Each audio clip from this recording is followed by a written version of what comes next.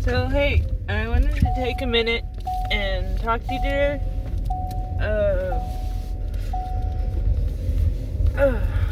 about self-care. So for those of you who don't know,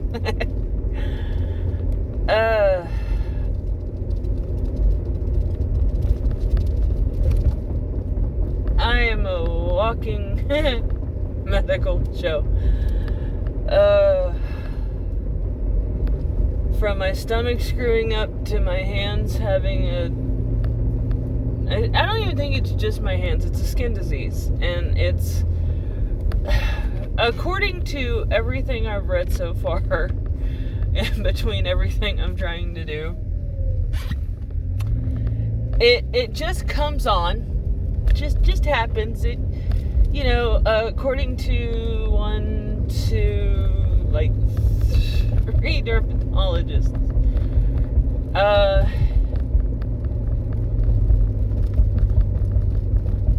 it could be genetic.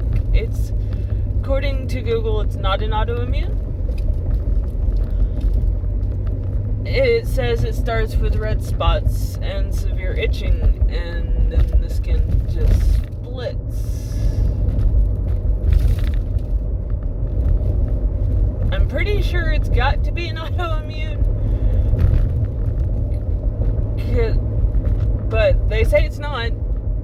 They say it's kind of like a distant cousin, I guess.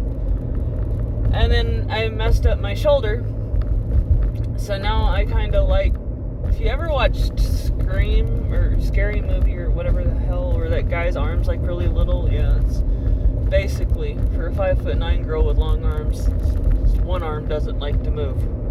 I'm working it out. I gotta go to a chiropractor. It's just timing.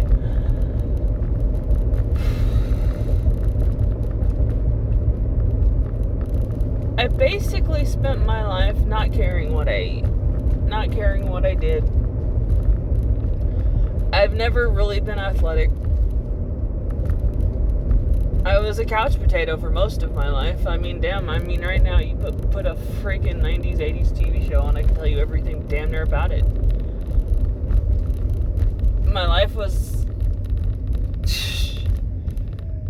mainly processed foods. When I became an adult, it was, I would say, 85 to 75% processed foods. Convenience foods, fast food, energy drinks, sodas. I don't remember a time where I had a drink of water other than when my body just screamed for it.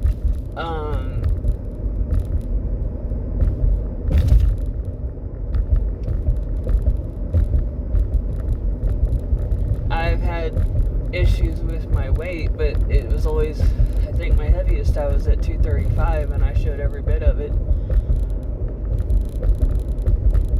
I hear parents today look at their kids and give them shit, just whatever they scream and holler for, and then they tell me that the doctor said as long as they get food. No. Dear God, no. Calories are calories, but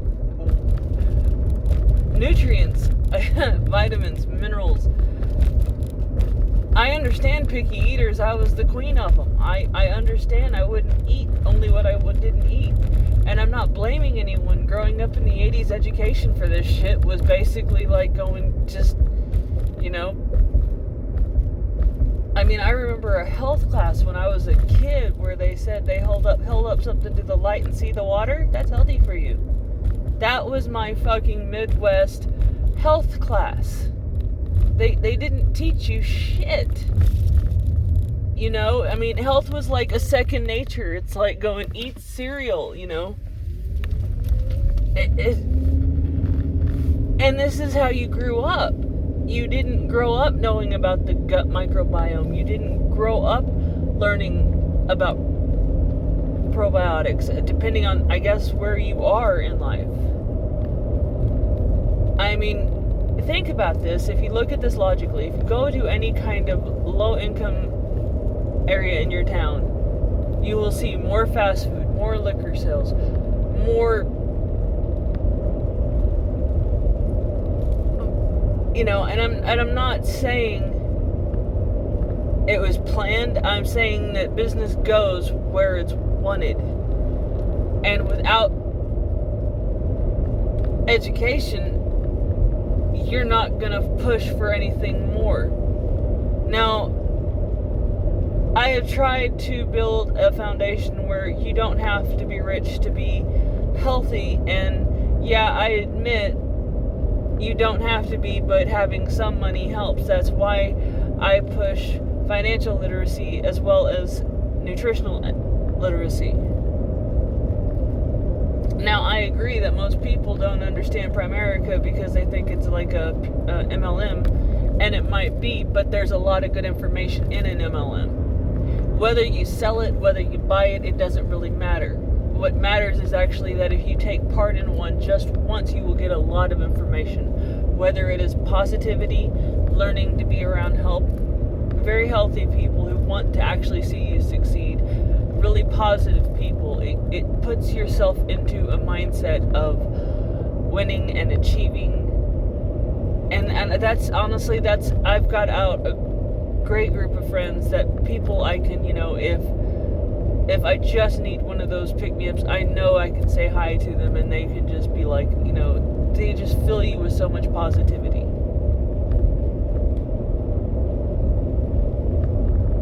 And being a natural-born skeptic, you wonder why. You think it's because they want you to sell, they want you to do this, and no. Yes, obviously, it would help them if you did, but in the end, it's not about that. You get into these type of situations because most of them that are out there today are health conscious. Whether it's money or health.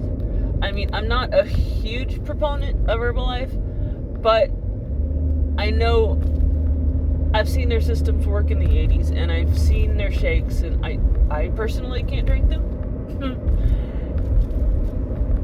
I like their tea. I can't really drink a lot of them, but that's me and whatever's wrong in that aspect. I know a lot of people do. I have a lot of friends in the business.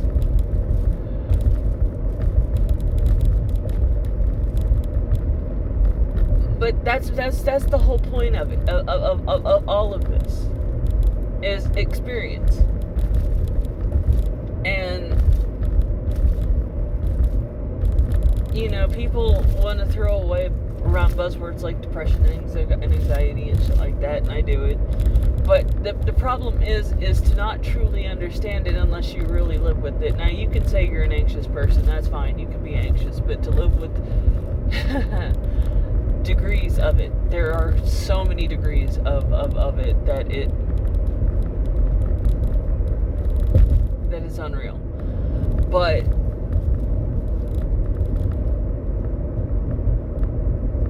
I guess I get frustrated because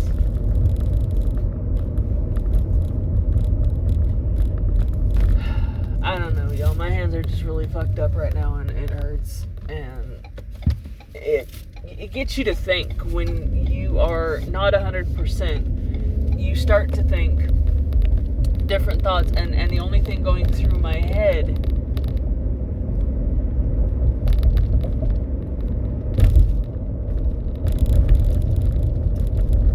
is this cannot be just, it happens. When a doctor looks at me and says this just happens, it's kind of like it just screams, well, you're just freaking lazy and can't figure it out. We all know I'm not a proponent really of the medical profession as it stands. But the more research I do into the natural world, it to me, it is astonishing. Because I go more into the natural realm, and I don't find people that say it just happens. I don't find people that say, well, just deal with it. I don't find people that say, sucks to be you, basically. I hear people that say, well, let's figure it out. Let's do some research. Do you need help? Do you want me, what can I do? I know you're busy. let's look into this. Here are some people I know of that you can call, that you can probably look at. It is such a purpose-driven existence that they are actually wanting to help. Now, the problem with the natural industry is you don't know what's legit. So, y'all know that I'm doing oils and stuff like that. And I'm into Whole Foods. Well, you gotta look at the fact that everything is not equal in the natural world. It is such popularity now that you can slap a sticker on it and call it natural, and it not really be, because there's no regulation on it. This is why you really got to be careful with vitamins, supplements, and all that other stuff. Thermogenetics is really big, but you got to realize that your body does it. Your body does it naturally. If you're not a person who does workouts and is a constantly mover, you do not need Hydroxycut to lose weight. You really don't. If you do not move, if you are a stationary person and you're just trying to lose a few pounds, this can do some damage. You're drinking like nitroglycerin and saying it's healthy, and that's BS. If you take supplements more than what you should because you don't know which ones that you are needing or what you're low on because you haven't gone to a doctor, you're just like, oh, I heard this was good, or this is a buzzword, so let's try this. It can do the opposite effect. Biotin is a hair growth, nail growth vitamin. It's one of the B vitamins. You take too much of it, and there is a way you can, even though they say B vitamins are water soluble, which means they get mostly flushed out, but they can retain it. And if they retain it, or if they're in low dosage, or if they're mixed with other things, like, God forbid you go the cheap route, they can be mixed with stuff because they're not regulated. It could cause the exact opposite of hair loss. Stuff like that. Too much vitamin C, you can break out in hives.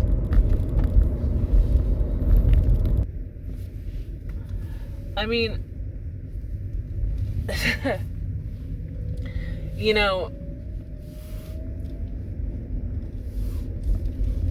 I have to laugh at the fact that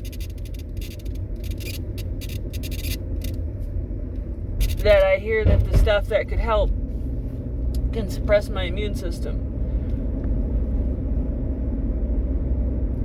I'm really not sure how that's a good thing. Like, I know it might be going a lot, like, hyperactive, because, like I said, I got a feeling this has got to be something of an autoimmune. And an autoimmune is basically, from what I've read, to put in the most layman's terms I can think of, is basically your body fighting your body and your immune system going in overdrive. Basically it took a Red Bull and now it's looking for anything to kill.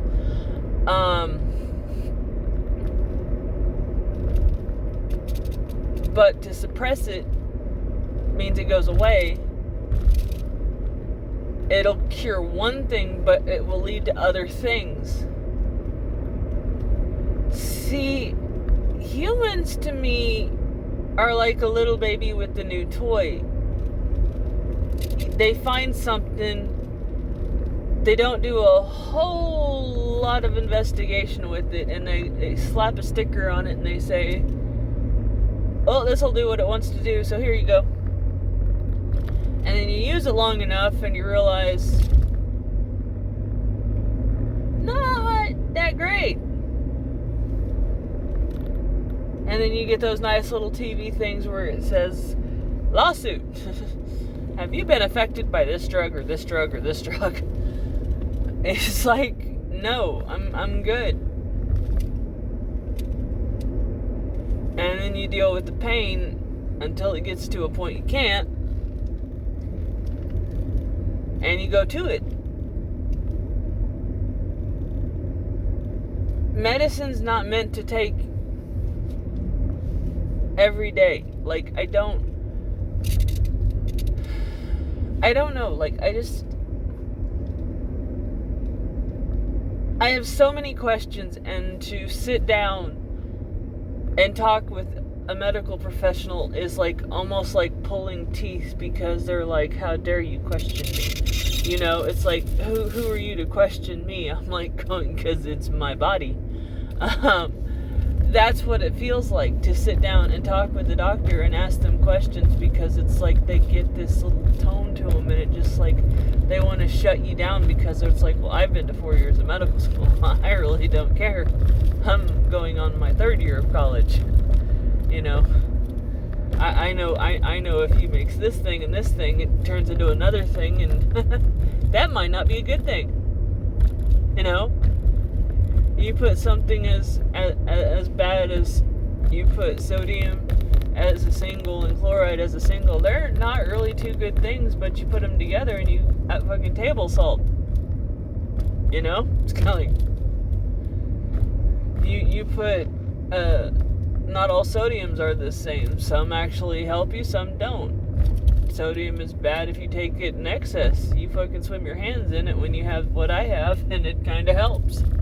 You know, Epsom salt is such a wonderful thing. But you know me, I get in these little headspaces and I have to ramble. But I ramble and I video it because I really want someone to think.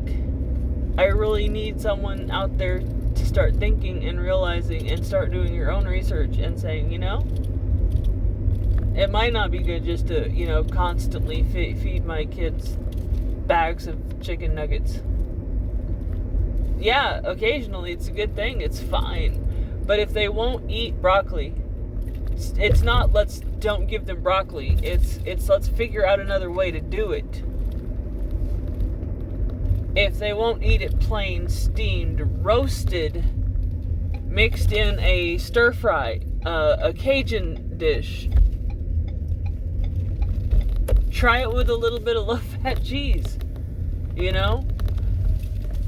If they won't eat spinach, try it raw, try it cooked, try it mixed in something else. Watch the sauces. The sodium level is outrageous, but their little bodies are growing that they can actually deal with a little bit more salt, i.e. McDonald's fries. You know, it's an amazing thing what we put under our bodies when we're small and what we can't handle when we're older.